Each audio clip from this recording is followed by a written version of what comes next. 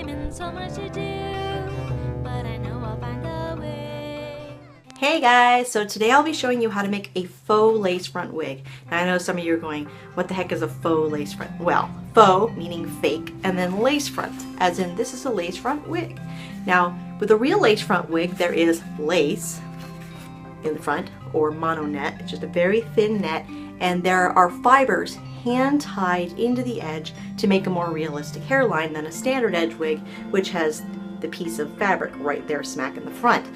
Now, if you're doing any kind of design that calls for the hair to be pulled back, like I have my hair now, if you can use a lace front, it's going to give you a much more realistic hairline. However, there are some designs that are either too heavy or too big to use a lace front, or maybe your head's just not going to work with it to do a lace front, or maybe you're just looking for a way to save some money, since lace front wigs tend to be a little bit more expensive than standard wigs.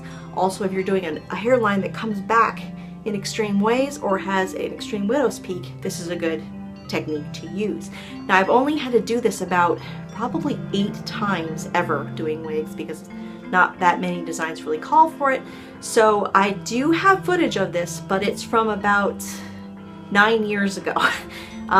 I'm only telling you this because it was filmed on a pre-HD video camera. The format's a little small. I apologize ahead of time, so it's not going to be as crisp. But this is a great example of an execution of doing a faux lace front. I did this on a Shiva wig, which weighed, I don't even know how much, but it was at least 15 pounds. So it was a great candidate to have to use this technique because there was no way a lace front wig would be able to withstand that much pulling pressure. So here we go, and I hope it's useful. This is the wig we'll be using in this example. This is a full complete wig and 2 packs of extensions, one in silky and one in yaki. As you can see, this wig has a standard front edge, and I've already gone ahead and made a mold from buckram of the forehead, but it is not attached to the wig yet. The first thing we'll need to do is to protect the head from the silicone that we'll be using to create the faux lace front.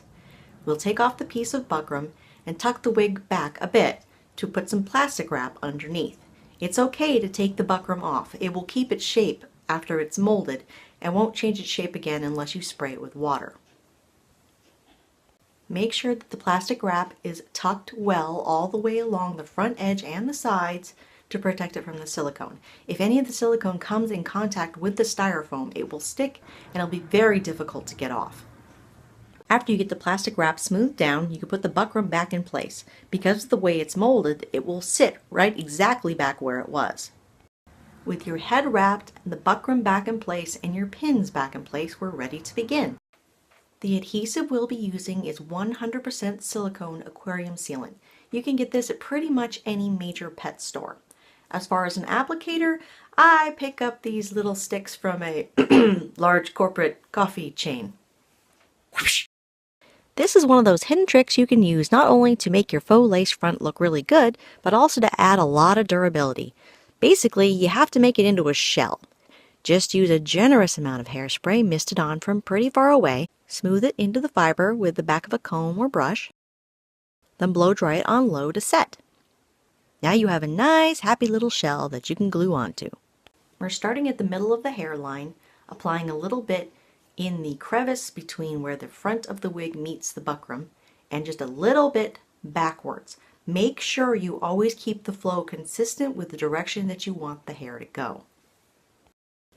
Silicone is incredibly sticky and very difficult to clean up if you get it in the wrong place. So always work with tiny amounts rather than big globs. You can always add a little bit more later if you need it.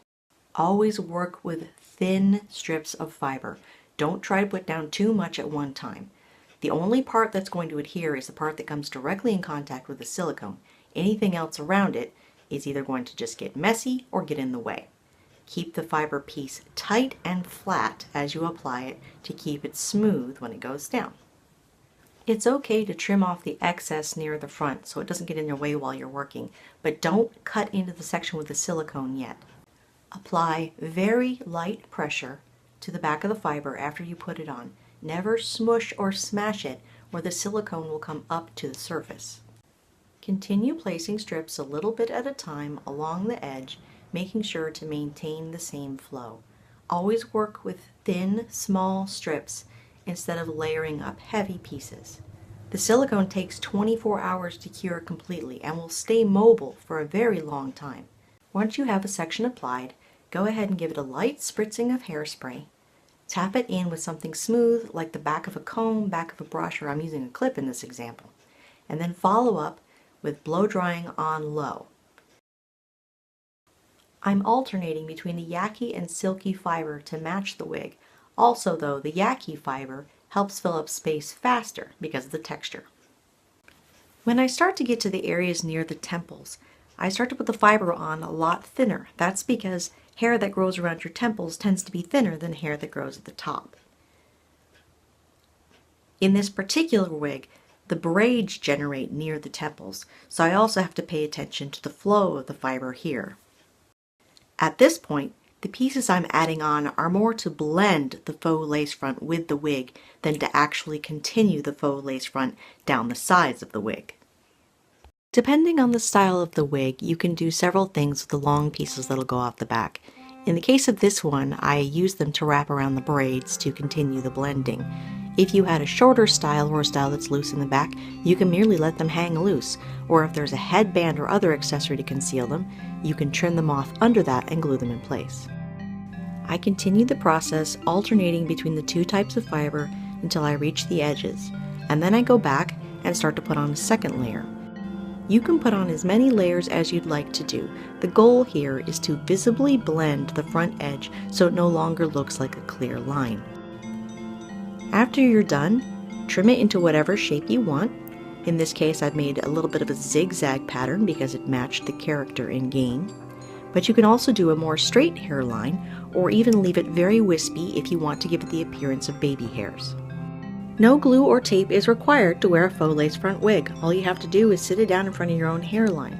In fact, if your character has a receding hairline or cutbacks in their hairline, you can use a bald cap and makeup and then put the faux lace front on top of that.